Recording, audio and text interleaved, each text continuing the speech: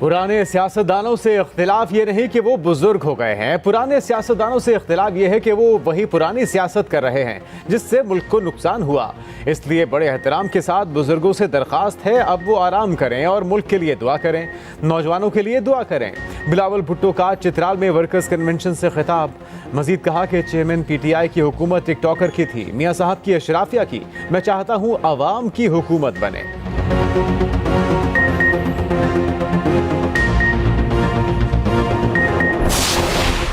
190 million pound case के मुल्जिमान का बैरून मुल्क सफर रोकने की तैयारियां। चेयरमैन PTI समेत 29 अफराद के नाम ECL में डालने की सिफारिश। मुख्तलिफ महकमों ने 41 अफराद के नाम लिस्ट में शामिल करने के लिए भेजे। वफाकी काबीना की ज़ैली कमेटी बराए ECL का इजलास। वज़ीर दाखिला सरफराज अहमद बुगटी की शिरकत। इजलास में ECL से मुतल्लिक मुख्तलिफ नौइयत के केसेस का जायजा। कमेटी की सिफारिशात हतमी मंजूरी के लिए निगरान वफाकी काबीना को अर्साल की जाएंगी।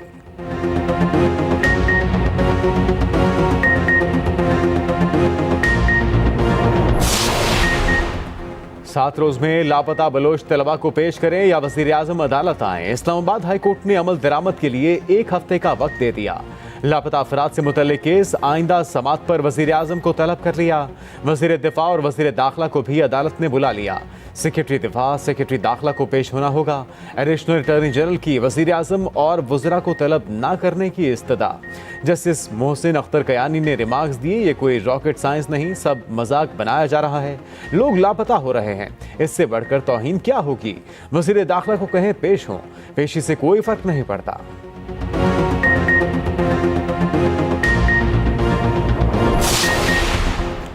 साइफर केस में चेयरमैन PTI की दरखास्त जमानत पर समात। सुप्रीम कोर्ट ने वफाक और सेक्रेटरी दाखिला को नोटिस जारी कर दिया।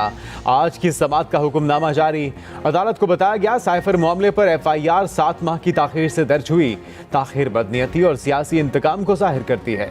जस्टिस तारिक मसूद ने रिमार्क्स दिए कि कुछ दफात में सजा 2 साल है, कुछ में सजाए मौत और उम्र कैद।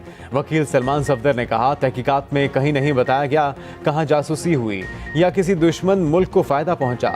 जस्टिस सरदार तारिक मसूद ने जवाब दिया, वो कह रहे हैं कि आपने साइफर का कोड कंप्रोमाइज कर दिया। कोड अगरचा तब्दील होता रहता है, हफ्ते बाद भी तब्दील हो सकता है।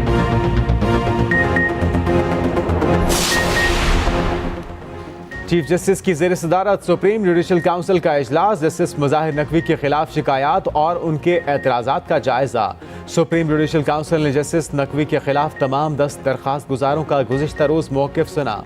इजलास में जस्टिस सरदार तारिक, जस्टिस एजाजुल एहसन, जस्टिस अमीर भट्टी और जस्टिस नईम अख्तर अफगान भी शामिल।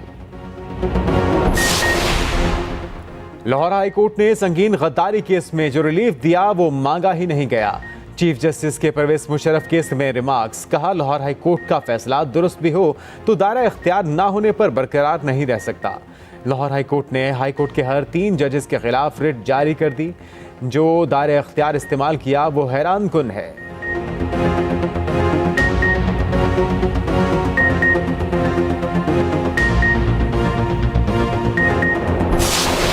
सिंध में सियासी सफबंदियां। कराची में MKM और नून लीग की अहम बैठक। MKM और नून लीग की मुश्तरका कमेटी की मुलाकात। इंतखाबी इत्तेहाद के नुकात पर मुशावरत।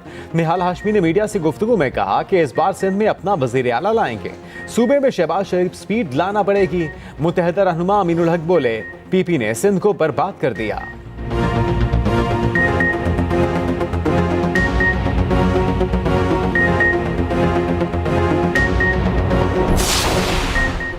इसराइल और हमास 4 रोज की जंगबंदी पर राजी। हमास की कैद से 50 ख्वातीन और बच्चों को रिहा किया जाएगा।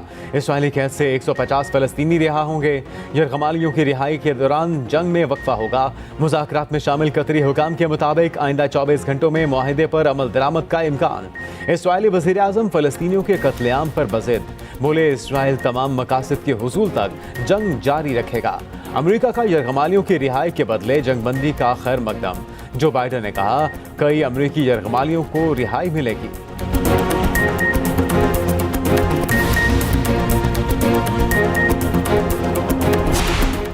ICC ने वनडे की आलमी रैंकिंग जारी कर दी। बैटिंग में शुभमन गिल बदस्तूर पहले और बाबर आजम दूसरे नंबर पर। फखर जमान 4वें और इमामुल हक 1 दर्जा तरक्की पाकर 18वें नंबर पर। इब्तिदाई 20 ऑलराउंडर्स में एक भी पाकिस्तानी शामिल नहीं। गजा पर इस्राएली फोर्सेस की रात भर वहशियाना बमबारी, मजीद 80 फलस्तीनी शहीद, दर्जनों जख्मी। शोहदा में हमास सरबराह इस्माइल हनिया का पोता भी शामिल। नसीरात पनाहगज़ीन कैंप पर हमले में 20 फलस्तीनी शहीद। इंडोनेशियन अस्पताल खाली करवा लिया गया। काबिज फौज ने इमारत गिराना शुरू कर दी। अस्पताल में लाशों और जख्मियों तक पहुंचना मुश्किल हो गया। शोहदा की मुजमुई तादाद 14,000 से तजावुज कर गई। इलाज के लिए काहिरा लाए गए 28 फलस्तीनी बच्चों की हालत खतरे में। मुतादिद बच्चों के वालिदैन और पूरे घराने शहीद हो चुके। फलस्तीनी सहाफ़ी की मौत से चंद घंटे कबल की वीडियो मंजरियाम पर आ गई। वीडियो में इंतहाई खौफजदा नजर आई।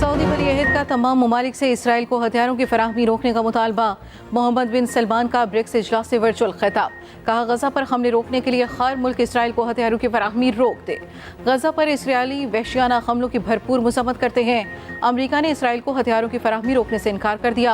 तर्जुमान अमरीकी महकमे खारजा मैथ्यू मिलर ने कहा, अमरीकी कांग्रेस से इसराइल के लिए मजीद इमदाद की मंजूरी के लिए दरख्वास्त कर दी गई। रूसी सदर ने गजा में फौरी जंगबंदी का मुतालबा कर दिया। जनूबी अफ्रीका की पार्लियामेंट ने इसराइली सिफारत खाना बंद करने के हक में वोट दे दिया। दुनिया भर में इसराइल के खिलाफ एहतजाज जारी।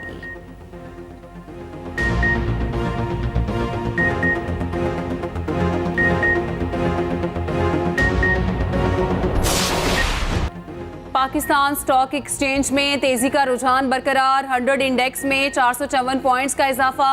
इंडेक्स 57,825 की सतह पर जा पहुंचा। उधर अमरीकी करेंसी की कदर में कमी जारी। इंटरबैंक में डॉलर 48 पैसे सस्ता, कीमत 285 रुपये 30 पैसे हो गई।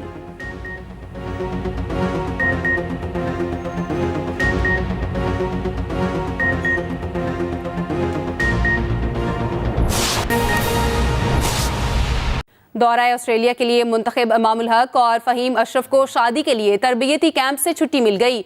दोनों की शादी की तकरीबात कल से शुरू होंगी। इमामुल हक की पाकिस्तानी नयाद नॉर्वेजन लड़की अनमोल महमूद से शादी होगी। फ़हीम अशरफ अपनी दुल्हन लेने के लिए नारोवाल जाएंगे। दोनों 30 नवंबर को लाहौर से कौमी टीम के साथ ऑस्ट्रेलिया रवाना होंगे। इमामुल हक की कवाली नाइट 23 नवंबर को होगी। निकाह 25 नवंबर और वलीमा 26 नवंबर को होगा। फ़हीम अशरफ की मेहंदी, निकाह और वलीमे के लिए भी यही दिन मुख्तस हैं। दोनों ने ज़का अशरफ, कौमी टीम के खिलाड़ियों और साबिक क्रिकेटर्स को शादी में शिरकत की दावत दी है।